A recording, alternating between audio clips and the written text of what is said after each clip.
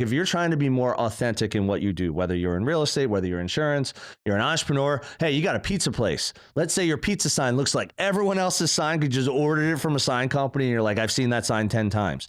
Like, try and find a way to stand out in the way that you really are. Meaning, if you got a pizza place and you have a specific style of pizza or it's all about your family, then focus on that for your brand. Like, your brand should exude that. It shouldn't just be called Timmy's Pizza Shop and it looks like everyone else. It's just like, why would I go here? Was it a little cheaper? All right, I'll try Timmy's today. Otherwise, I'm going to Bobby's. I'm always the type to be like, how can we make it better?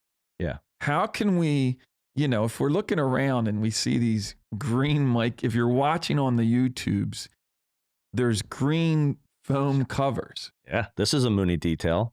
And I'm always these little things too. I'm always trying to adjust. Or just a little bit more. Let me just get that cowboy shirt. Let me just put it on. Maybe I can find a green cowboy shirt that's like a 42 and not like have to squeeze into like a 38. And then be talking like this the whole time with your eyeballs.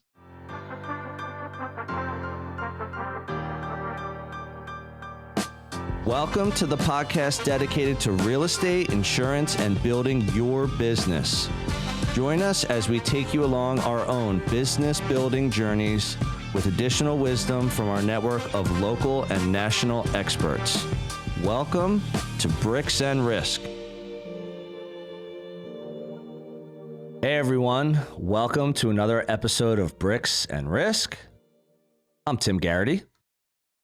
And I'm Sean Mooney. What up, dog? Hey, man. What's going on? How we doing? I'm doing all right. Good week? Hell of a week. Let's give it up for those Philadelphia Eagles.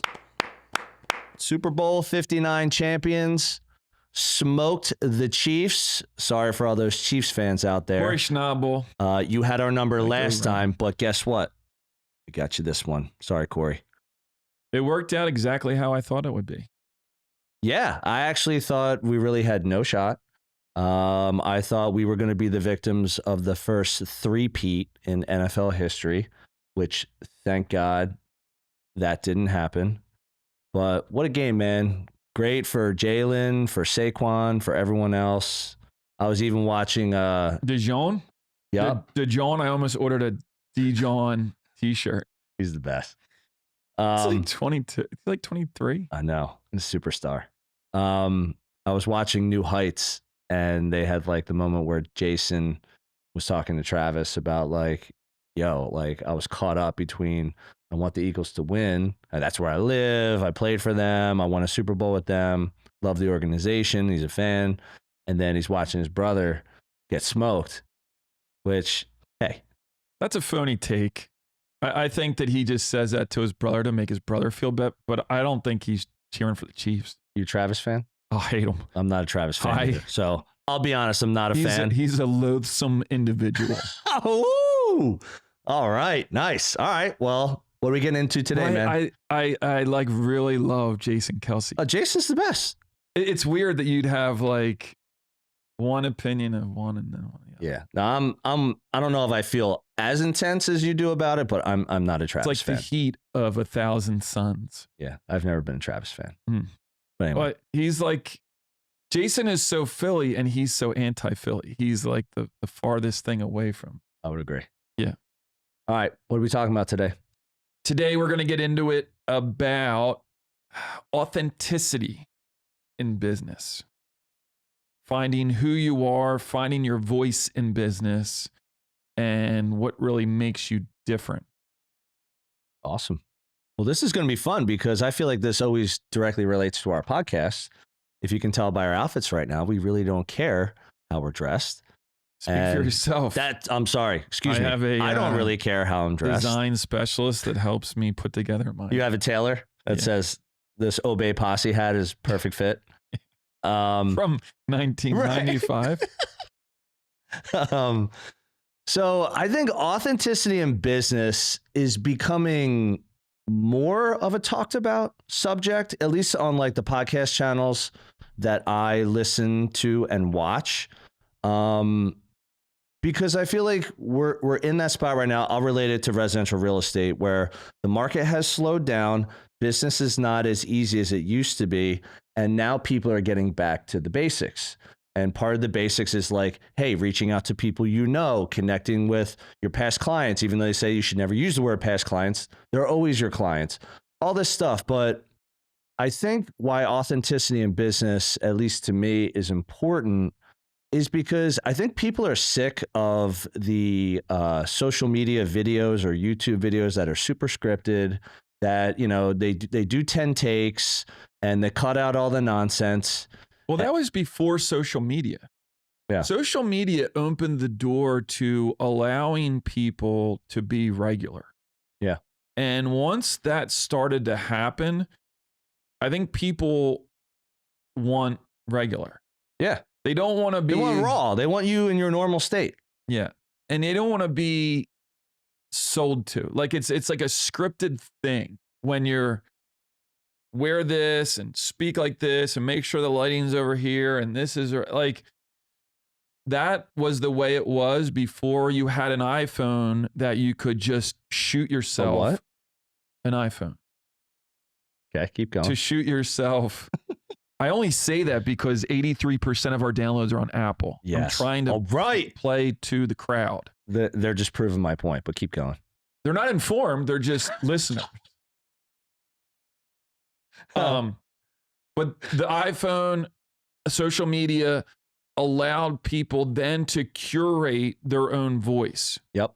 Find like a way to be themselves, to pitch people the way that they wanted to do it and not follow like the norms or what they've been told to do. And I think that's the most effective way that people get their messaging across. All right, so let's go over the point of like, who are you? Yep. So what's your take on that? Like, we're talking about authenticity in business, being yourself, being comfortable in your own skin. I used to call it go with what you know. So when we first started Copper Hill and I'd be mentoring and training agents, I've mentioned this on a few different podcast episodes, and I wanted people to come up with a marketing strategy, I would say, go with what you know. Do you love the Philadelphia Eagles, let's say, and you're a season ticket holder and you go to every game, then that's part of who you are. People need to know that because guess what? You live in Philadelphia and there's, millions of Eagles fans. So if you want to connect with people on your authenticity. So what's your take on that? Yeah, similarly, it could be whatever your interests are.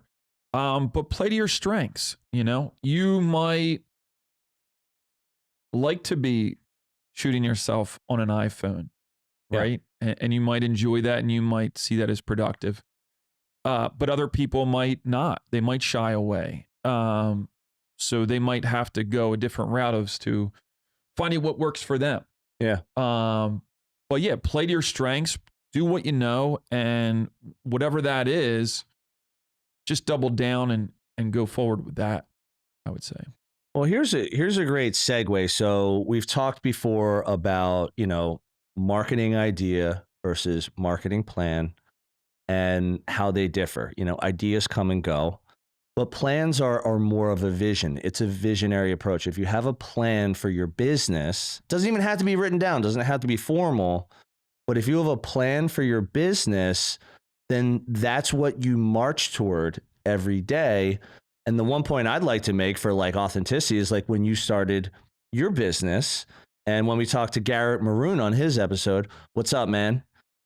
We talked about the fact that he started with 40 people in his database. And that's how he grew his business. That was doing like 900,000 or so in GCI and gross commission income in, just over a half decade. Like that's what he worked up to. So let's talk about, you've mentioned before, your 100 contacts. Yep. So when you started Mooney Insurance Brokers and you had your 100 contacts, I look at that as a level of authenticity because most of the experts in your industry would probably say you can't build an insurance brokerage off of 100 contacts, at least at the time. Maybe now people would say it's different because the value of relationships and emails and just direct connection to people aside from social media is very important. So talk about that, like your 100 contacts and building your authenticity. Yeah. So for me, it was very important to start with that. I thought that would be the most effective way to connect, connect with prospects, connect with clients. Why? Uh, Yeah. Why? Like, I know you're a relationship guy. Why were you so confident in that approach? Was it because you saw the opposite for your first 10 years in insurance? yeah, I think the reason that I kind of went in that direction was exactly that. Working in my previous office, it was you would see customers come and go, right? You would see someone you worked on an account, and you'd always like track like where they're from, Yep. right? And so more times than not, you would see the client that, let's just say, found you online, called the office, got a policy, and let's just say that that person left after 2 years. Yep.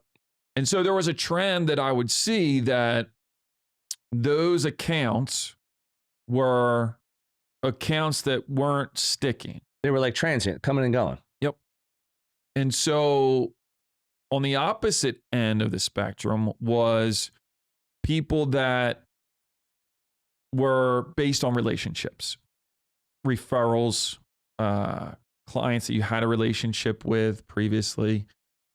Those accounts would be the ones that look to you as the trusted advisor Yep. and would be less transient. Those were the accounts that would stick longer term. So in my initial, start with the brokerage Mooney Insurance, I had the idea that, all right, this is going to be the target. If I'm going to spend time, money, energy, and resources to start to cultivate this new brokerage, this is where I want to start from. Because it's going to be the highest return on that investment.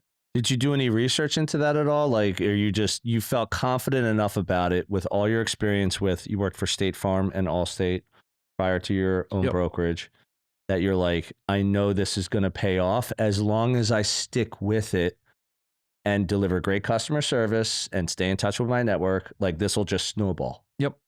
And I've seen it other ways too, is, agents that start, right, an agency based on like a leads model. Yeah. And they're not around after like 3 years. Yep. And in this area, I'm kind of familiar with a lot of the agencies around, not like on a one-to-one connection, but there's obviously offices near my office. Yep. And you see, offices pop up and you see offices close out. And I think that the ones that are based on leads, we're going to generate all of our new business revenue based on leads. It's not, I don't want to say in all instances that it's not going to be lead to long-term profitability and all that. It's just that if you're playing the odds, I think the odds are in your favor if you really hone in on relationships. Speaking of the opposite, do you remember the opposite episode from Seinfeld? I do. When George goes to the diner and he said, tuna on toast has never worked for me. I'm going to do chicken salad on rye, untoasted, with a side of potato salad and a cup of tea. Remember that? Yeah. And remember how his life changed? Yeah. Well, that's what we're getting into now. The opposite. If every instinct you've ever had was wrong, then the opposite would have to be right. It's true. All right, so I can relate this for to all the Seinfeld fans. Right. I can relate this myself as well. Is really when I first got into real estate, and I've talked about this before, my first brokerage, and that's where I learned how to blog. That's where I started a blog. So I think when I first started the blog, I can't remember the name of it, like Tim Garrity's blog. It was probably something generic like that. Might have been Timmy Garrity's blog.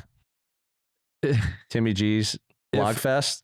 If it were similar to the naming of the podcast, Yes. it would have probably been Tim's blog on real estate In Philadelphia. So the brand I created for myself was called Philly Urban Living. So I was looking for just mashing words together. It's kind of how Copper Hill came to be. And the reason I named it that is because, one, I lived in Philadelphia. There wasn't a whole lot of content on living in the city, like the lifestyle. Yeah. And I didn't have much competition for blogs. Most of the blogs I was looking at were just like stats and like sales and numbers. And then the authentic part of that brand for me was like, well, what am I interested in residential real estate? The number one thing I was really interested in when I started was development, was investment, was working with investors, like understanding flips, understanding holds. Why did they put a skyscraper in that parking lot downtown? You know, how did they convert that old factory into 30 loft apartments? I was just very interested in that. It's probably just my love for the city, as well as just the building, creating aspect of it. So what I would really do is, like, in creating that brand in my blog, is I would just keep a log of news articles that I was reading on a regular basis. I'd read the news for, I don't know, 30 minutes every morning. I'd find one or two articles I like, I'd throw on my list. And as it was time to blog, which was at the time, I was doing it a couple times a week when I started, which was like nuts. But Sounds very similar to my nothing divided by nothing yes, equals nothing folder. it is similar. It's just normal. Yep. So, but anyway, so I'm like stacking up these articles, I'm writing these things. And then as I'm getting these blog posts done, and I had like 20 of them or 30 of them, I'm just like, when I send out my newsletter, I'm going to backlink to my blog so that when they get the vehicle, which is the email newsletter, it's going to go back to my blog and they're going to learn more about my content. And I just did that pound. And I did that for a solid 10, 12 years, just myself. And then once Copper Hill was really rolling, we really started our own blog at Copper Hill Real Estate, which I kind of was heading that. You know, we had a writer for a couple years. I think the last year I started writing for it again. And the reason I bring that up, the authentic part of that for me was my love of the city, the reinvestment, the resurgence, the development, everything was going on. So when I would blog, you know, maybe it'd take me a half hour and I would have like 4 or 5 paragraphs. People are like, how are you doing that so fast? It's like, because I'm interested. It's like when we do this podcast, we've had people say, how do you find new content? Like, how do you keep the conversation going? When you're just being yourself and you're trying to share your knowledge on things that you like, that you're passionate about, that you're authentic about, it's easy. Yeah. If you're into it, if you enjoy it, Exactly. like we do with our guests, and we pick topics and we kind of formulate the conversation about where it's going to go and what kind of information we want to extract out of that person. Yes, exactly. That's enjoyable. And we could literally talk to some of these guests that we have on for 2 or 3 hours. Yeah, we don't even need the notes. The notes just make it a little bit more organized. Concise. But and hit those topics. But we could, yeah. There's some that were like the last episode we did was like, I think an hour, and like a couple before then, one was like an hour and 10 mints. I'm like, man, it felt like 15 minutes. Well, we have to cut it off. Yeah, We're kind of to the point where like, all right, we got to stop this. Yeah. Yep, exactly. But if you enjoy it, if you're into it and the content you're into it, it's going to have that free flow form about it, which I think is enjoyable for a listener to digest. Yep. And then for you, when you're trying to develop a blog or you have a newsletter or whatever that may be, if it's enjoyable, I mean, it's really, the topics are kind of endless. Yeah. I mean, the information and the content provides itself. There's almost too much information. Yeah. You have to like sift through it just to find, okay, if I read 5 articles a day, I'd have to maybe find one that I like. Yeah. And then that's the one I would put on my own nothing list. And I think finding your voice, whether it's the newsletter or the blog or whatever, is it reminds me about the conversation we had with Ryan Hanley. Yep. And it was, what's up, Bri? About finding your tribe, right? Because the more you engage, the more you will open yourself up to allow people to understand what you enjoy and what you like and what you're about, the right people are going to be gravitating towards you. Right. And they're going to want to know more. They're going to want to do business with you. You say it, like, trust. What is it? Know, like, and trust. Know, like, and trust. It kind of leads down that path of know, like, and trust. It does. So that transacting business becomes a little smoother, a little bit easier, because they feel like they have a relationship with you. And on a certain level, they do. They're getting to know you. Yeah. Like, if all I did in residential real estate was post listings and stats, another sale, do I post that stuff? Of course I do. I want people to see what I'm selling, where I'm selling, what kinds of clients I work with. But most of what I post is this content, which is us being ourselves. I post stuff about my family, like if I travel, my interests, the birds. I mean, just think about like things in Philly. And people are like, well, no one wants to see that. No, people follow people on social media because they're interested. They're interested in what you have to say, what you know, and what you're doing. This is why social media works. But it's also, too, the differentiation. It is, yep. Most people don't do that. If you have if you think about social media in the context of like, what's going viral or what gets the most likes or what gets the most repost, typically it's going to be people that are just copying something else. Yeah. And that's fine. And you get there's a process to that. But I feel like, at least from my perspective, what I gravitate towards is that voice that's a little different, right? So if you have the real estate that's posting, I closed this and I did this and I did this, like all this volume, it kind of like gets old. It gets a little stale after a while, and you don't have the ability to rely on your personality and who you are. Right. And so I think that the important part of that is what's making you different? What's making you stand out? Yep. And it's those things that allow the connectivity with your tribe. Now here's the second part of like, who are you? Like, what are you trying to achieve? We talked about like, go with what you know, the things that we've done, but there's also like, what are your growth goals? Like, where do you want to go? And why do you want to do that? Meaning, when I first started just as a solo agent, what I wanted to do, my first goal, I want to get back to the income that I was making at my previous job and not ever have to worry about working for an employer again.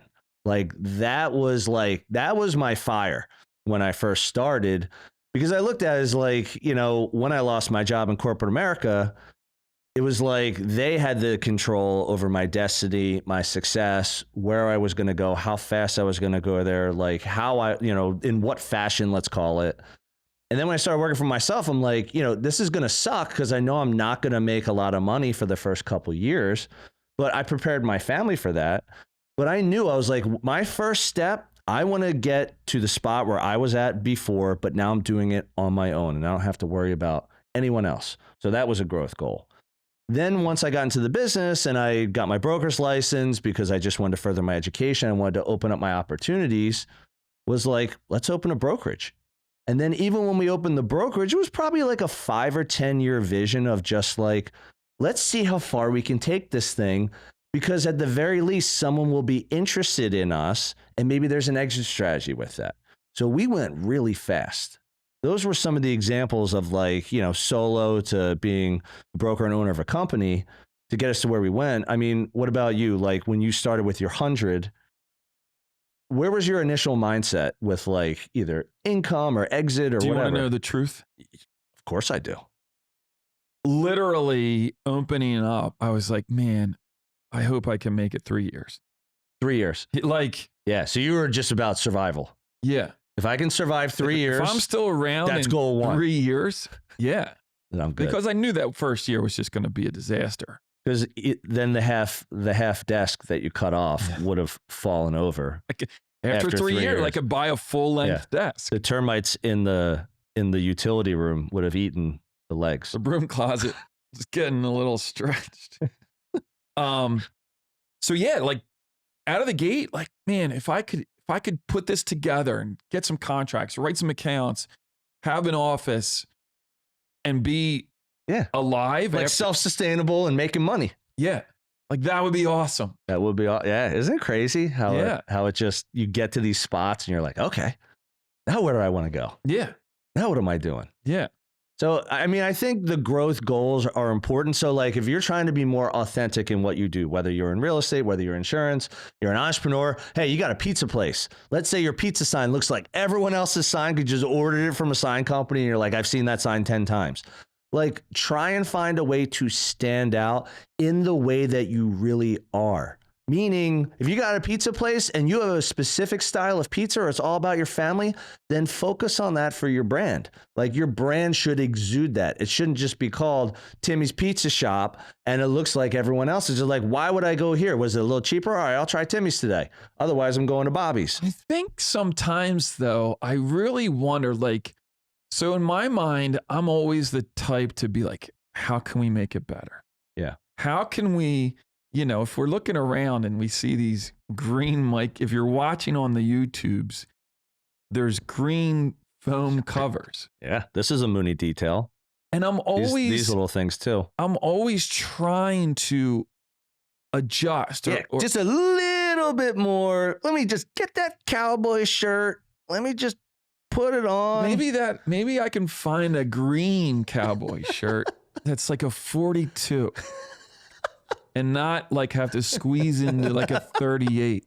And then be talking like this the whole time with your eyeballs. But I often wonder, like, that pizza shop, like, let's just say he buys that business, rolls in and doesn't do anything different. Yeah, it just says, hey, it's making money.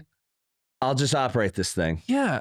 And I got to imagine that there's some, I don't know how to describe it, but that's got to be almost an awesome feeling where you never have to be like, I feel tortured by having these thoughts. Right? Yeah. Like every day I'm like, oh man, just make it a little different, a little bit better. That's a tortured way to go through life. But it's fun. I enjoy it. Yeah. I mean, it's hard, but it's fun, man. I know, but part of me is like, just like there's part of me like, man, I wish I had 9 to 5. You know what I mean? Well, yeah, because then you can coach your kids basketball without any worry. You know, you're not really going to be doing anything with bricks and wrist marketing at 8 o'clock at night on a Thursday. But you don't care. Like if you mail it in for 2 weeks in a row. Yep. So what? Yeah. You know, there's some peace of mind. There's 100. It's more peaceful to go the safe route. It's more peaceful, like you said, on your mind, on your soul, on your sleep. Like if I was that pizza shop, man, I'd have a different sign, and what about this on the menu? And like you'd have Philly-based, or menu items. You'd be doing the Dijon. Yeah, I do the Dijon. The Dijon pizza. A quick shout out to Giuliano's Deli in Glenside. Oh, nice. What's up, Giuliano's? Hey, Giuliano's. Many hoagies from there. Oh, remember we used to go every week? Yes. We get a haircut at Ralph's when we were in college. Yep. And we go, all blade, no fade. So real tight. Yep. And then we go across the street. We get some subs. We bring them back to LaSalle. We crush them. We didn't get subs. We get some hoagies, bring them back to LaSalle. We crush them. We get drunk. But you forgot the other stop along the way. Oh, we had to go to Madonna's in Glenside because we had to pick up natty bottles for everyone we knew. Natural light bottles for like the whole campus. Yeah. It would be like a pallet. Really? We would come like 7 cases. We bring them back. We'd get like orders. Yeah, like who wants bottles? They're like, how much at McDonald's? You're like, $9. Yeah. Italian hoagie. We would go through the hoagie order. Yeah. And then the case order. I digress. Yeah. So anyway, Giuliano's did the Cooper Dijon sandwich. Oh, nice. So I like that. It was like a ham and cheese with the Cooper. That hit someone probably at like 1 a.m. They're like, oh, what a great idea. Let me write that down. We'll fire it up tomorrow. It's funny. We're talking about this. They're always crafting different things. Yeah, because that's what makes them authentic. But they're probably tortured in the same way that I'm tortured. It's like, hey, what kind of sandwich can we do this week? Yeah, Or- like the Phils were doing while they do something with Harper, or whatever. and they're know? like, have this really great takeout beer, Right. different flavors, Yeah. that you can grab. And so like I'd imagine they're always trying to do something different to better their business. Yep. Which again, it's a differentiator. Hey everyone, this is Tim, your favorite Bricks and Risk co-host. But don't tell Sean. I hope you're enjoying this episode, and I'll get right back to it in a moment. Our audience grows through word of mouth, so if you would please take a moment of your time and give us a review on the platform you're on, that would be fantastic. Please also help spread the B&R word by sharing your favorite episode with a friend. We greatly appreciate your time and trust. Now, back to the show. All right, let's go to this next spot. So this is kind of like, you wrote this down, like your USP, your unique selling proposition for your business. This plays into authenticity. What's the difference? What's the value that I bring to the table that you'd want to work with me versus, ABC Realtor down the street? And I think that's highly valuable how it plays into the authenticity, because if you don't have anything that differentiates you, like, again, let me go back to that example from when I was a solo agent. One of my differentiating factors is I was in the mortgage business for like almost a decade. I had an interest in development. And then when I'd meet a new developer client, I'm trying to develop rapport with him or her. Like, I'd be talking all about the development in the city because I'm blogging about this stuff all day. This is my USP. No one's as dialed in to the development, to the lots, to the conversions, to the rents. You could speak about it all. Someone be like, what do you think about this neighborhood? I'm like, oh, okay. If we're talking about Brewery Town, here's what's going on. They just opened this place, on West Girard. And I know Westrum's got the development like right down the street, and they just put in an Aldi. Like, I could hit on all that and be like, none of this stuff existed 5 years ago. And if you drive down some of these blocks, they look a little tough. And therefore, most people don't see what we see. Like, you're asking me about the neighborhood because you have interest, and I'm telling you what's going on in the neighborhood because it's like ready to go up. So if that's what you're looking for. I was talking to, Rye Brew? Of course. I was talking to Ryan, Steph, friends of ours. Nice. And they own it. Yeah. Oh, very cool. Yeah. Is it Rye Brew and Rye Bread?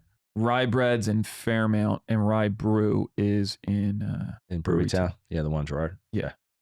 But similarly, is they were kind of, you said it, but they were kind of in early, right? And they were like, hey, this cool idea, and get a sandwich shop, we'll have cool beers and everything. Yep.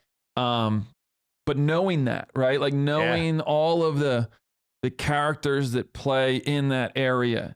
And if you know that area from a developer's standpoint, you could kind of see those early tells that you're like, oh, I think this would be a good investment because of these different things. Yeah. So knowing that stuff, I could see how it could be unique to you and provide value for clients. And then even with Copper Hill, I think a lot of our USP was that we were an independent brokerage. There weren't many.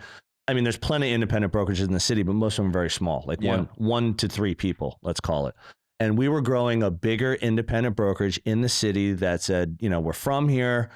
This is what we want to grow. We want it to have a Philly flavor. We care about the city. We live in the city. Like this, we're investing in our community. And that was a differentiator because it was good for clients. Like people were like, people never even heard of you. Like, how are you going to get a listing? Or why would they work with you as a buyer client? And I said, I would flip it. I wouldn't say that's a deterrent. That's an advantage to work with me. I'm the broker of record. I own the company. If I've done all that, not only do I understand residential real estate, but I understand how to open up my own brokerage in residential real estate and grow it with good clients like you. Well, I got to believe that it's an advantage too, from the agent standpoint, right? Yeah. In a lot of these other shops, everything is being dictated to them. And being an agent in a smaller independent shop is like they kind of have the ear of the decision makers. Yep, exactly. It's an advantage. And having that ability to call or, hey, can we do this? Or let me run this by you. What do you think about that? it's an advantage for sure in that position. So like when you started Mooney Insurance Brokers and you had your list of 100. Yep. And you've talked about this many times before. Like you had said, one of the things that you saw out there, most of the independent insurance brokerages didn't have any brand, no logo, Still don't. no logo, no nothing. Yeah. You went brand day one. What's up, Brent Bush? Hey, Brent. And Thanks for all your efforts. I think also you hit it a little bit differently. Like you're like, this is a commodity industry. Like people can get insurance anywhere. Like a couple bucks difference here, a couple bucks difference there. But you looked at it as like, I want to build relationships with people, and I'm going to do that through my customer service and my outlook on this company. And then you had your guerrilla marketing signs, which we just saw one. We'll have to get a picture for Dill. We saw one at your parents' place in G-Side. Oh yeah. And I took a picture of it, and I was like, yo, that's one of the OG guerrilla signs. Yeah. And talk about that a little bit. Like when you were starting your USP with Mooney Insurance Brokers, like where was your mindset? Yeah, at? I just thought there wasn't that voice. Kind of like you. Like nobody's out here doing this. Yeah. You saw like an avenue, like an opportunity. Yeah. Like everybody's getting creamed over the head. Insurance. And the way that insurance was dictated to people was presented, in TV ads or, so there Right. wasn't this space where your trusted advisor, Right. you Yeah. know, it just didn't exist. And I kind of was like, well, this is me, right? Like this is the relationship I want with my clients. I want my clients to come to me because they trust what I have to say. I want my clients to come to me, and I've always said it from day one, is the way I've sold our USP is really, we are your advocate. We are your insurance advocate. Yeah. And it just doesn't exist out there.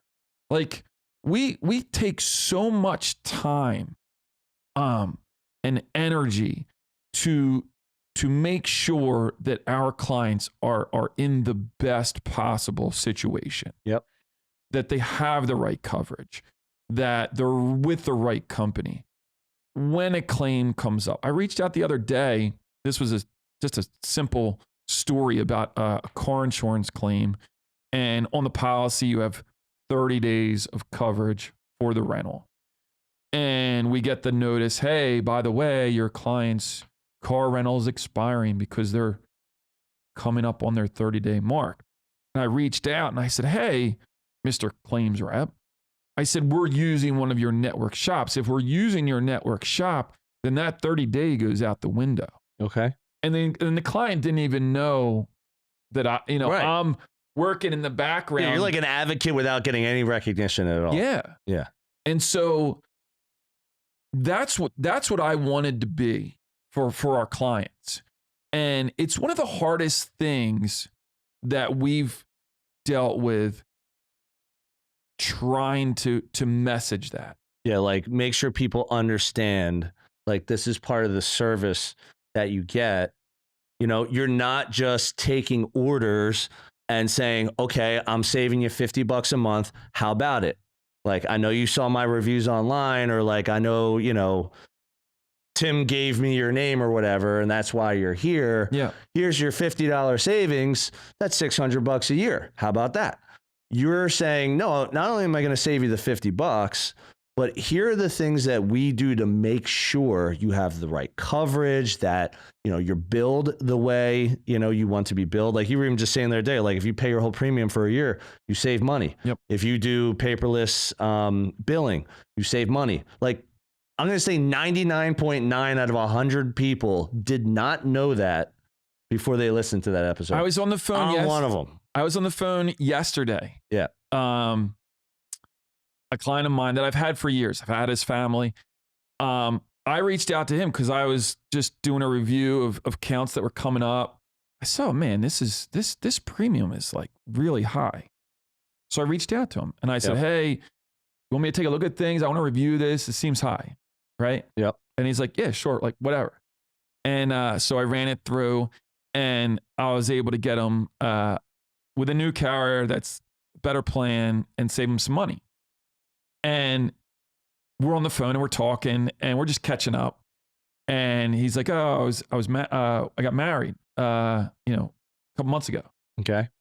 And I'm still talking on the phone, and I pull up his proposal for the new coverage, and then I went in and I changed it over to married, right? Yeah. It went down even more. Wow. And I guess the point in saying that is that, number one, I reached out to him and he's like cold, like why are you reaching out? Right. So like my commission's going down because I'm writing this new pile. I'm reaching out. You're making less now. I'm making less money, right? Yeah. And then I put in the married discount rate because it was him and his girlfriend before. So I put that in, less money, less commission. Like, to understand the lengths. You're like the business owner's like antichrist.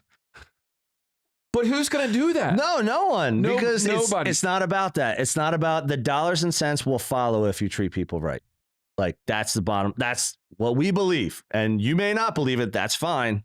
But that's if you're what we working believe. with someone that person's only vested interest is how much money they're making off of this policy. They're like, I won't do that again. Why did I do that? Why did I check the married box and now my insurance broker's made a couple less in income? Yeah. But so that person, that agent looks at the equation as that. Yep. I look at it like, man, if I have this guy for the next 10 years. It's like, how can I make the relationship with this guy or girl just a little bit better every year? Yeah. For whatever reason. Maybe it's just an ease of doing business with you. Maybe you're like, hey, I used to reach out once every 3 years. Now I reach out once a year. Yeah. And you're doing all that for their benefit. Yeah, 100%. And people see that, like people notice that, like this plays into everything. So here's another one we want to talk about too, is like kind of like your ideal client. And you had talked about on a few episodes, like your customer avatar, and you're like, part of my approach is how do I like disqualify you from working with Mooney insurance brokers because you know who you want to work with. And I think even on another episode, you had mentioned like the Philadelphia contribution ship. And again, if you're not from Philly, you've probably never heard of them. Even if you are from Philly, you may not have heard of them. They have the signs on the houses, right? With like the hands. If you know architecture, we'll get that to Dill too. You've probably seen these all over the city. A plaque, yeah. Yeah. But like Tot Finder. Right. when you were talking about that company, you're like, did you know they only do homeowners? Yep. And I'm like, no. And then you're like, as much as I want to be a part of that company to say it's hard to get in and I'm from Philly, most of my clients, I do home, I do auto, maybe I do business, maybe I do some personal property, maybe I do life. Like you have all these different, maybe it's their shore house, their mountain house, whatever. Yeah. So you're like, I'm not really trying to get in with them. Yeah. Because as much as that's like cool and like maybe they'll save a couple bucks, it's not really servicing the avatar of the client. Well, you have to find what fits. Yeah. Right. And you can't have the mindset that everything fits because then it's just nothing fits. Right.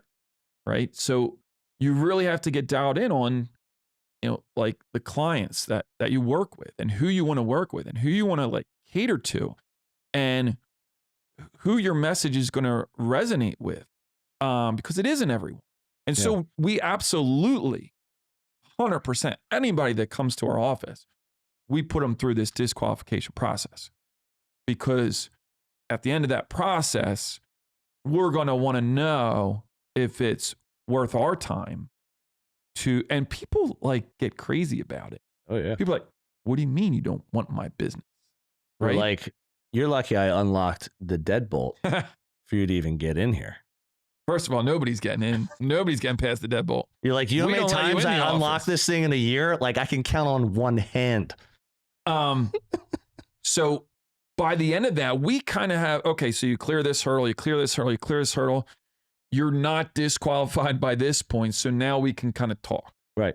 And so I think everybody does that to a certain extent. Maybe not. I mean, maybe everybody's like, oh, just do everybody and talk to anybody and But I think it's an important process, whether you're doing that or you're just trying to find the right fit like I always say, is that avatar. It's funny. Like I just went through all this when we ended the partnership at Copper Hill, and Ryan and I broke off on our own. I started the Tim Garrity team and had a team of like 7 or 8 people.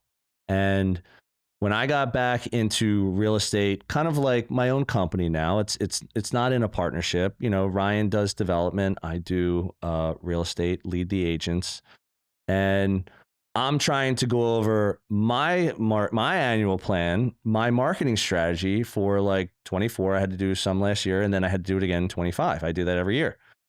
And it's like 24, I even had I had a bunch of ideas out there. I'm going to do this, I'm going to do that, I'm going to do the other thing. But what happened is, as you know, I'm a calendar guy, I'm a task-driven guy, structured. I had all these things on my calendar. I kept pushing them. And then they would be on there for like 6 months. And what would happen at the end of the year, I was just like, I don't even need to do that. That's not a part of my strategy. In 2025, when I did my marketing strategy for this year, because it changes a little bit every year, I had one word to describe my marketing strategy in 2025, and it's relationships. And I looked at every single thing I do is to either strengthen, maintain the relationships I already have, or add new relationships to my book of business. And one of the biggest things I was already doing in 24 that I didn't even think about because we were just doing it was the podcast. It's like podcasts for me in my residential real estate business, it is a lead gen strategy. I'm putting content out into the world. You know, I think we're almost at 80,000 views on our YouTube page, which is like insane in less than a year. And I don't know all those people. Like, I don't know who these people are. They could be in different parts of the country, the world. You have 80,000 potential clients. Argentina. But most of them are around here. Most of the views are from around here. So people are getting to know me and you through the podcast. That's a marketing idea. It's a marketing activity. It's part of my marketing strategy for 2025. I had a few other things I was going to do in 2025. I crossed them off my list. I said, I don't think that is serving the relationships that I either already have or the ones that I want to add to my book. And Sirhan just did something recently. I saw a video. I'll have to pull it. Maybe we can put it up. And it was kind of the same thing. It's he breaks up his day or his week, and it's whatever, 2 hours creating new relationships and 3 hours fostering existing relationships. Yeah. And it's just, to kind of your point, is that's what my focus is. Like, keep those relationships strong on a daily, weekly, monthly, annual basis. But then also you can't just rely on everyone you have and think they're just going to like buy another house or get a short house and want more insurance or get a more expensive car, like whatever it is. You have to constantly be thinking about adding to your book, like you with Google reviews, you know, with the call list you were talking about. Best of Monco. Yeah. Again, vote for this dude. It's probably, this will come out after it's happened. Well, hopefully he gets the Monco happening list, #1 insurance brokerage in Montgomery County, Pennsylvania. So vote for Sean. We should get t-shirts like the Vote for Pedro shirts. I just say vote for Sean. Next year. Yes. And then think about this for all of your mediums. You know, it's for social media. It's for your email marketing. If you do that, it's for your website. Like, it should be plastered everywhere, you know, print, however you're doing it, to let people know this is how you roll. This is what you're doing. And I think this brings... I will just... Go ahead. 1 second, because it just came to my mind, is because I have those relationships, and you're probably going to find something similar that you could even add in, but because I've built the brokerage on relationships, it makes it very easy for me to reach out to people and say, hey, help us out. Give us a vote. Exactly. So you've planted the seeds. There's reciprocity. Yeah. You've planted the seeds, foster that relationship. And then when you go to them with a request, hey, help me out. Of course. Why wouldn't I? Yeah. You help me out all the time. Yep. No, it totally works that way. Google reviews, everything else, referrals. Yeah. So here's the last one I want to go over too. This is really like this kind of ties the authenticity together, is really like, what do you love? And I know that may sound corny. to some people, but what do you love about life? Like, what drives you? What are your interests? Are you into music and you go to concerts like twice a month? What's up, Brent Bush? I know you go to a lot. I know Dill is Mr. Music over here, so we can feed off that as well. But whatever it is that you're passionate about, because there's probably things you're passionate about aside from business. Brent's taking me to Kneecap later this year. Oh, yeah? Nice. I think in August. Is that Irish punk band? Yeah. Nice. I think. Brent said he's got the tickets. I'm going to try to work on getting my tickets. I said I'm a little too old probably for the, I might have to pay a little more to get a seat. You might want a seat where people don't bump into you. He's like, it's pretty tame. I'm like, Brent, come on. Yeah. It's not Mosh tame. pits are never tame. Yeah. But going back to kind of like that, what do you love? Yep. This is like, you got to put it out there some way. Put it out. If you do email marketing, it's got to be out there. If you do social media, it's got to be out there. If it's in your brand should say something about you and who you are, or where you're from, or what you like, your favorite color. It could be whatever. But if you don't tell people what you love, then the authenticity starts to go away. You're just like every other realtor. You're just like every other insurance guy or girl I've ever met. Why would I work with you? I'm already getting the insurance I want here. I have good coverage and the payment's fine. What, are you going to save me money?